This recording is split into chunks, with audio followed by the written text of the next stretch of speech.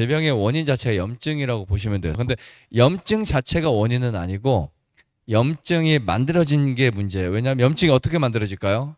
염증은 노폐물이나 우리 몸에 이물질이 있어요. 그러면 우리 몸에서 그것을 처리하는 애들이 있다고요. 가장 대표적인 애들이 백혈구들이에요. 백혈구들이 노폐물들이나 좋지 않은 물질을 처리하다가 만들어지는 것이 염증이에요. 그게 백혈구의 시체이기도 하고 고름이기도 합니다. 어떻게 보면 염증 자체는 결과물인데 그 결과물이 2차적으로 문제를 야기시킬 수 있어요. 염증이 생기면 염증을 없애야 돼. 우리가 쓰레기 청소를 한다고 청소해놓고 여기 과일들이 누가 먹고 버렸어요. 그러면 그 과일들을 어떻게 해야 돼요?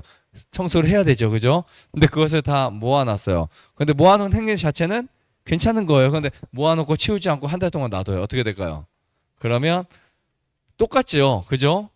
괜히 힘들게 청소만 해놓은 거지. 어차피 그것이 우리가 버려지지 않을 것 같으면 지저분하고 썩는 건 더 똑같아요. 오히려 더 안 좋을 수도 있어요. 그러다 보니까 이제 어떤 문제가 생겨요. 거기에 곰팡이가 피고 그 세균이 발생하고 벌레들이 생기고 그러잖아요. 마찬가지로 우리 몸에 염증이 우선 만들어져서 청소를 해서 백혈구가 싸워가지고 염증이 만들어졌는데 염증을 해결해야 돼요. 근데 그 염증이 해결되지 않고 계속 남아 있어요. 어떤 사람은 20년 동안 위염이 있고 어떤 사람은 20년 동안 관절염이 있고 그죠? 어떤 사람은 간염이 평생 갖고 있고 이렇게 해서 염증을 처리하지 못해요. 더 이상 그것을 해결하지 못한 몸을 갖고 있어요. 자, 이럴 때 우리가 해결해 줘야 되는 것이 습관적으로 몸에서 하던 것들을 좀 바꿔줘야 돼요. 예를 들면 단식이 필요하다든지 운동이 필요하다든지 이런 것들이 있는데 우선 다른 건 다 중요하지만 염증이 있을 때 여러분들이 절대 먹으면 안 되는 음식들 5가지를 제가 좀 설명을 드릴게요. 자, 염증이 있을 때 물론 여러분들 안 드시는 분들이 많이 있어요. 하지만 주변에 또 혹은 가족들에게 염증이 있을 때 이것만큼은 피해 주셨으면 좋겠는 것. 그러니까 우리가 감기 걸렸을 땐 절대 먹으면 안 되고요. 염증이 있을 때 먹으면 안 되고 위염이 있을 때는 절대 먹으면 안 되고 염증 생기기 전에 먹으면 안 되는 음식들. 그러니까 내가 염증에 걸리지 않고 싶은 분들 이런 분들이 피해야 되는 음식들 몇 가지 말씀드릴게요. 첫 번째는 가공식품이에요. 아까 췌장을 커진다고도 했지만 이 염증에 취약한 음식들이 가공식품입니다. 청소가 안 돼요. 제가 추가적으로 하나 더 말씀드린다면 염증을 처리하기 위해서 우리 몸은 무엇을 필요로 할까요? 미네랄, 비타민, 항산화 물질들 이런 것들이 있어야 2차적인 염증을 처리할 수가 있어요. 근데 염증을 우리가 모아놨지만 얘네들을 분산시키고 처리할 수 있는 물질들은 모두 다 대부분 비타민들, 미네랄들이 거기서 이제 청소를 할 수 있다라고 볼 수 있고요. 자, 첫 번째 염증이 있을 때 절대 먹으면 안 되는 음식 중에 하나는 가공식품. 아시겠죠? 이 음식들이 보통 질산염을 만들어요. 혹은 아질산염 이런 것들이 들어있는데 이런 것들이 이제 몸에 들어오잖아요. 그러면 염증 반응을 유발할 수 있습니다. 염증을 더 크게 만들 수 있거나 처리되지 않도록 만들어요. 그럼 다른 다양한 화학물질들이 또 첨가되어 있기 때문에 몸의 대사에 문제가 생긴다고요. 게다가 너무 많은 지방이 들어있어서 관절염, 통풍 뭐 이런 것들 걸리죠. 그리고 통증이 이제 막 생깁니다. 그러니까 사실 육식은 염증의 가장 근본적인 원인이다라고 볼 수 있고요. 자, 두 번째는 정제 식물성 기름이에요. 기름인데 올리브유인데 그냥 올리브유는 괜찮아요. 특히 우리가 그 올리브유 있죠. 퓨어 올리브유 그게 안 좋습니다. 보통 엑스트라 버진 같은 경우는 그냥 짠 거예요. 보통 정제해서 만들어지는 기름들, 식용유 이런 거 잘못 먹으면 큰일 날 수 있어요. 사실 기름을 우리가 많이 섭취할수록 좋지 않고요. 그 기름을 이용해서 음식을 만드는 것도 좋지 않습니다. 기름을 사용할 때는 반드시 좋은 기름만 사용하셔야 돼요. 아시겠죠? 정말 예민하게 여러분들이 고르셔야 돼요. 기름은 무조건 뭐 깡통치 엄청 큰 것들 사용하거나 아니면은 또 가공 기름들 있죠. 정제 기름들 이런 기름들을 우리가 사용하게 되면 굉장히 문제가 생길 수 있으니까 네, 기름 사용할 때도 주의하셔야 됩니다. 세 번째는 유제품들이에요. 염증이 있거나 염증에 문제가 되는 사람들은 반드시 유제품을 피하셔야 돼요. 자, 유제품이 왜 염증에 취약한 줄 아세요? 우유가 안 좋은 이유들이 정말 많지만 가장 기본적인 것은 유당불내증이에요. 사실 우유를 정상적으로 소화시킬 수 있는 사람은 한국에 거의 없습니다. 그리고 우유가 정상적으로 소화가 되려면 이미 우리 선조들 500년 전부터 우유를 먹어왔어야 돼요. 노르웨이, 덴마크 이 사람들은 그나마 우리보다 유당 불내증이 58%나 갖고 있어요. 훨씬 나아요. 유당 불내증의 처리 방식, 우유를 처리할 수 있는 몸에서 효소가 나오고 그 받아들일 수 있는 장기 자체가 훨씬 더 개발돼 있어요. 발달돼 있어요. 그러니까 미국 사람들이 한국 사람보다 장이 짧아요. 몸무게 비례적으로 훨씬 짧은데 그 이유가 뭐냐면 육식을 오랫동안 해와서 그래요.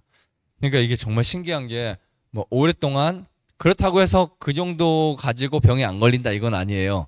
우리가 몇백 년, 1000년 이상 선조 때부터 먹고 내려오다 보면 그나마 조금씩 우유를 먹어도 우유가 약간은 소화될 수 있는 영역이 들어간 것 뿐이지 전혀 상관이 없습니다. 제 유당 불내증 우유가 소화가 안 된다는 거예요. 우유를 마시고 배탈이 안 나도 소화가 되다는 보장은 없어요.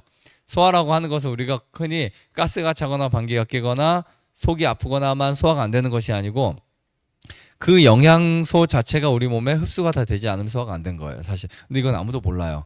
그렇기 때문에 그냥 우리가 생리학적으로, 영양학적으로 우유 자체를 마시게 되면 그 우유는 우리 몸속에 흡수가 잘 안 된다. 왜냐하면 흡수를 방해해버리거나 흡수할 수 있는 능력치가 떨어져요. 왜냐하면 우리는 채식을 할 수밖에 없는 구조로 되어 있기 때문에 우유를 마시게 되면 몸에 영양 불균형이 일어날 수밖에 없습니다. 칼슘이 오히려 더 뺏겨요. 칼슘을 많이 먹지만 칼슘 소실을 더 많이 일으킨다라고 보시면 돼요. 뼈가 결론적으로 더 약해집니다.